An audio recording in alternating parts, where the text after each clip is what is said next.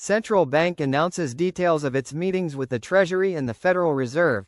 Quote, Iraq depend largely on the trust of international correspondent banks in the Iraqi banking sector.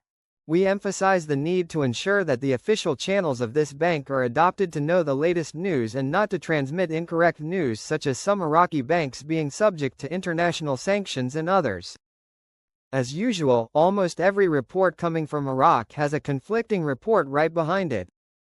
Trust Sadani, not sources close to the PM. Article. Central Bank of Iraq denies sanctions. Quote, the Central Bank of Iraq, CBI, has denied reports that the United States has imposed sanctions on 5 Iraqi banks, emphasizing that no such measures have been officially implemented. However, the CBI has confirmed that it will ban 5 more local banks from engaging in U.S. dollar transactions, following meetings with U.S. Treasury officials in Dubai. The CBI's denial comes amid growing speculation and conflicting reports. The President of the Republic of Iraq has signed the amendment to the budget law. It's waiting for the exposure of the exchange rate that's going to be in the Gazette. Does Iraq have a conversation with everybody before that, or at it all around the same time? It's to be determined. Obviously they haven't moved oil at 1310. They haven't paid all the salaries at 1310. They haven't exposed the budget. Obviously they're doing something trying to keep it contained till down to the wire. You can now clearly see that there has been massive corruption in Iraq, and with the US keeping the Iraq dinar artificially suppressed. The new President Trump has a new policy towards Iraq, and it is beginning to take form. This recent move of stopping the physical dollar cash flow to Iraq is apparent. This was a huge move. I was told many times already by my CBI contact that this crisis is at the heart of why the CBI cannot set the in-country revaluation rate to what they need to conduct the project to delete the zeros.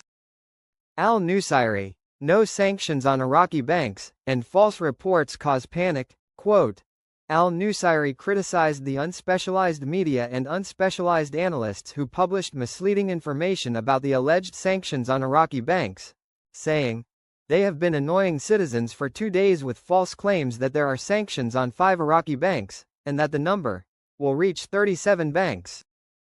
They even went so far as to promote false information about the sanction of Rafidain Bank.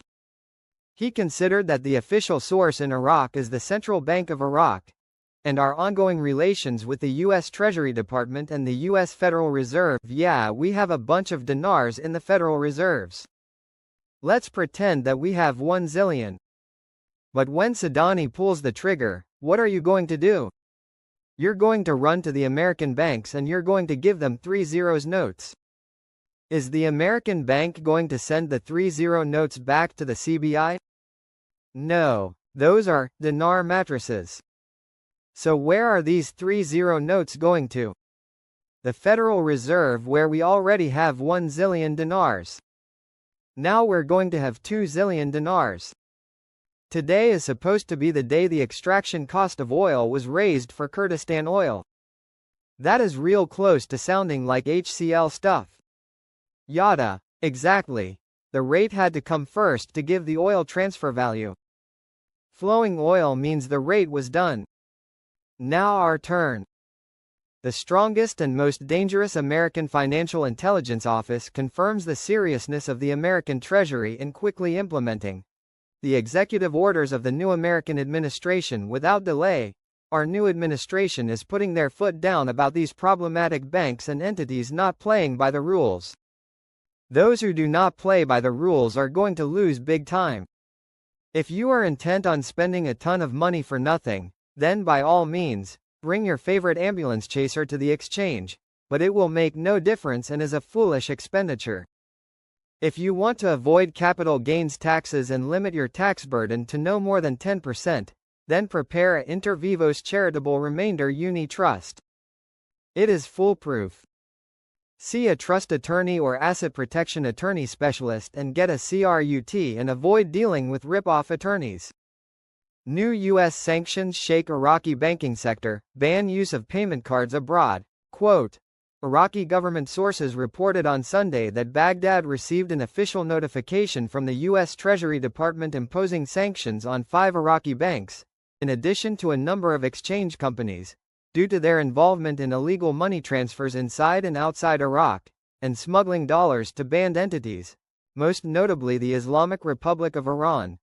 These measures come within the framework of an escalating U.S. policy to control financial transactions in Iraq. Iraq works to resume oil flows to Turkey after $19 billion loss. This is breaking news because $19 billion in losses hurts Iraq financially.